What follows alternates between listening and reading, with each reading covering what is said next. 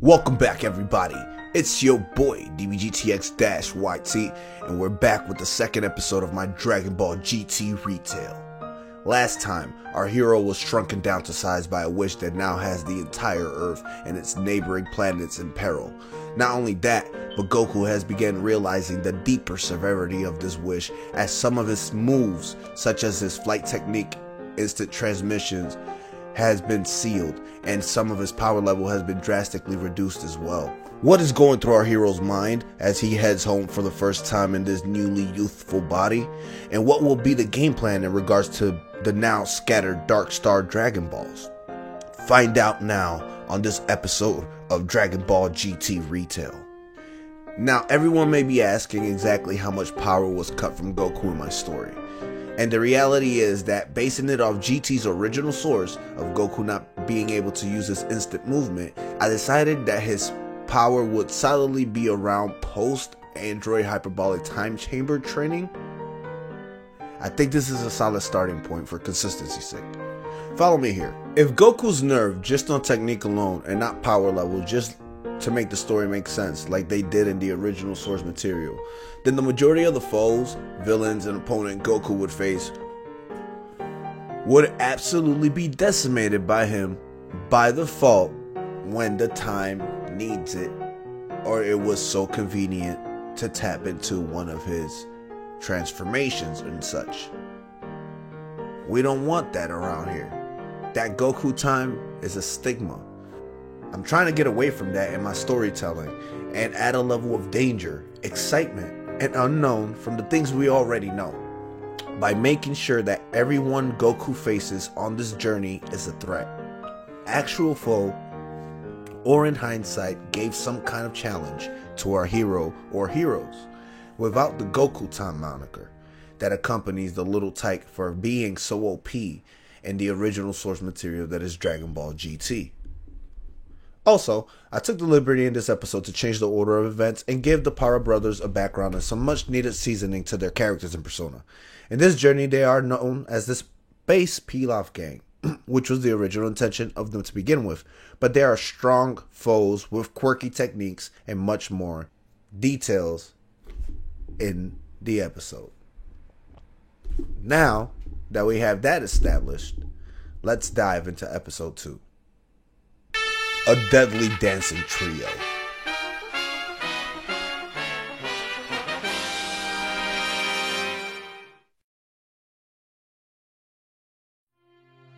A deer in the prairie lands is eating grass and basking in the sunlight of the open fields.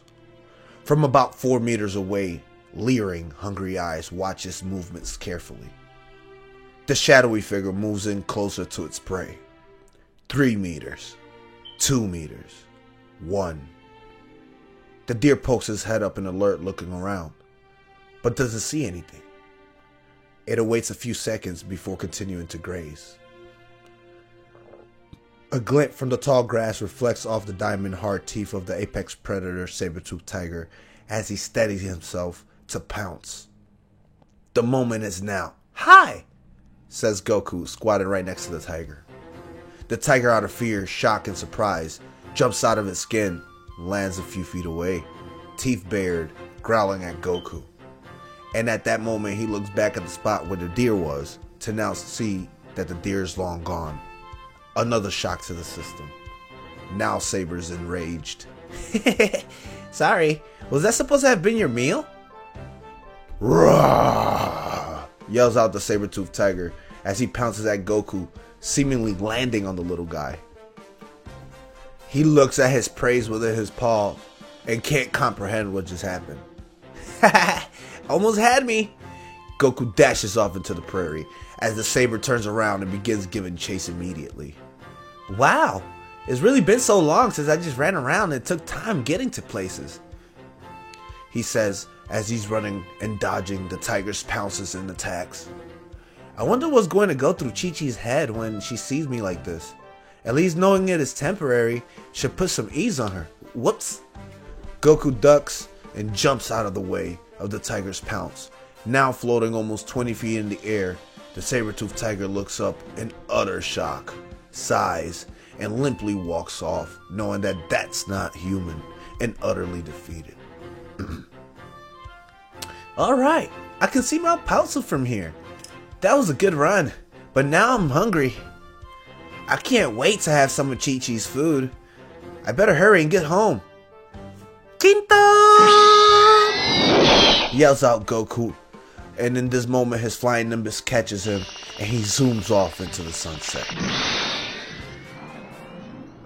Meanwhile, in an unknown of the universe, flying through an asteroid storm is an unlikely trio that will bring our heroes trouble in this grand journey.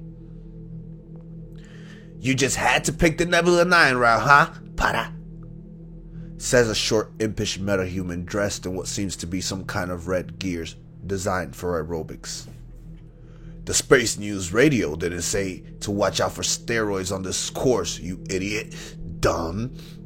Responding in a spiteful retort to the lanky sidekick with the same identical suit as him says. Son Para begins mocking Don Para. The space radio said that it... shut it, will ya? Why don't you make me? And right as they're about to let the fist fly, the lights cut off from the ship and focuses on the once silent individual in the back. Cross-legged, face in his hands, flamboyantly gazing out the stars. An asteroid fields a flower, a groove to move around these life-threatening rocks. Ow! Bon! That's the rhythm of soul! And he jumps from his commander's chair, twirling in an infinite pirouette, landing on his tiptoes right between his henchmen. Come on, Bon! Dance with me! And presses the play button that is on his unique vest that has a radio built into it. Music begins to play, and the then two feuding lackeys are now dancing in choreographic unison with their boss.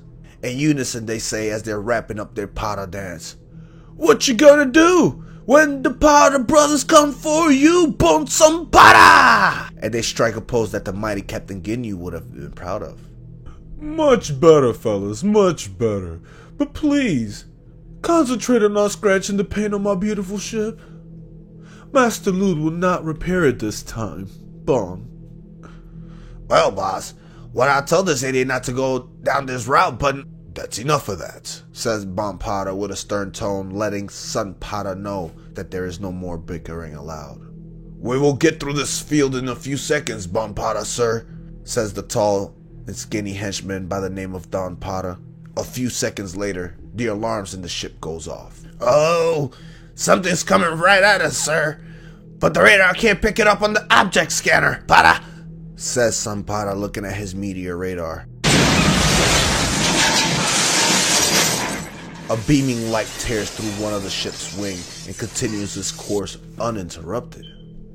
As if seeing God himself, in that moment Bon Para immediately barks.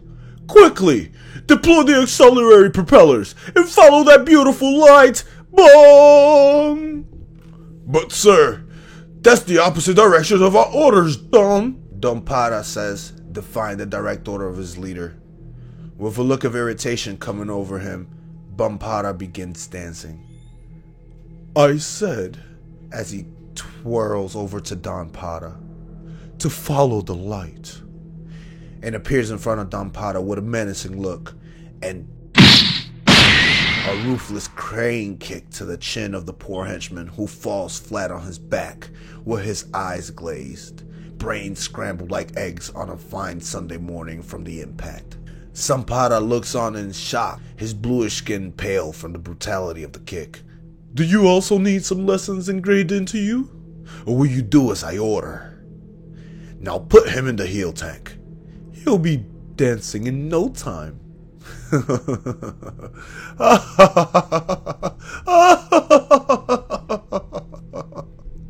Boom! Laughs Bon Para as the ship turns around and zooms off after his objective into the stars. Now, we turn the manga page back to Earth. Tended clothes hang on the clothing lines. The trees whistle with the breeze, and from the small cottage in the woods we hear the familiar humming of the strongest woman in the world. Or better yet, the once strongest woman in the world. a title now clearly belonging to her oldest son's daughter. As Chi-Chi's washing dishes and prepping for dinner, she overhears Goten on the phone once again making plans for another date in West City. She reminisces of the first time she met her husband and daydreams. Oh, to be young again. My lovely Goku and I were a match made in heaven. The way he looked at me from his Nimbus cloud. Gosh. And she blushes, covering her face out of embarrassment. Well, let me get back to these chores now. And her jaw drops just as fast as the plate she was holding. She stammers as she looks goggle-eyed out of the kitchen window. Yo, Chi-Chi, says Goku from outside of the window cottage on his Nimbus. She faints. After a few hours, waking up and realizing it wasn't a dream, Goku explains to the family what happened to him at the lookout, to which Gohan says, I see. No wonder the sky is darkened all of a sudden. I was wondering who used the Dragon Balls, but you're telling me that they're not just the regular ones, Dad, but very dangerous one as well? Uh-huh, says Goku sitting on the love couch while Chi-Chi still stared in disbelief. And you say this is temporary, right, Goku-sa? Uh-huh. As long as I could get the Dragon Balls, I should be able to return back to normal and save the planet and have our solar system. Let's not forget that, Dad, says Gohan in a stern voice. Right. Well, Dende and Popo thought it'd be a good idea to talk to Bulma about a spaceship. So I'm off to Capsule Corp to do that, says Goku as he hops off the chair and grabs his power pole. Goten, who's been on the phone the entire time, walks into the living room and just like anybody who knows Goku, is completely caught off guard. Whoa, dude! Dad! What did you do? Says Goten in genuine amazement, knowing it's like staring at a photo of himself. I'll let Gohan give you all the details. For now, I need to head to Capsule Corp, Goku says as he steps out and calls on the Nimbus Cloud. Dad, I've been studying a propulsion engine theory for spaceships, and this may be the perfect time to complete it. I will meet you at Bulma's in a few hours after I finish my research. If all goes correct, we may be able to complete this search in almost half the time needed with this new engine, says Gohan, referring to a spaceship capable of handling such a journey into the stars. Goku, slowly lifting off, yells, Okay, see you at Capsule Corp, and swooshes off into the west. Oh, Kami, I hope this is not a bad omen of things to come, says an exasperated Chi-Chi. And just as they turn around to head back inside, Goku swooshes back into the picture. But first, can we eat? I'm really hungry, as his stomach growls immensely. The entire family trips themselves comically in disbelief. Now, with the news spreading to Goku's friends of the Dark Star Balls and his short-term handicap, as things stands, our heroes are looking at an uphill battle, and now with the deadly yet goofy Para brothers hunting and chasing after what seems to be a Dark Star Ball, the race for the Dark Star Dragon Balls has throttled into third gear. Who will win this grand tour? So many questions to be answered. Find out next time on Dragon Ball GT Retail. And there we have the conclusion of our second episode of this retelling. Thank you for listening, for subbing, and pushing that like. And I will see you here next week with episode 3 of our Dragon Ball GT Retail. Love you all. DBGTX, over and out.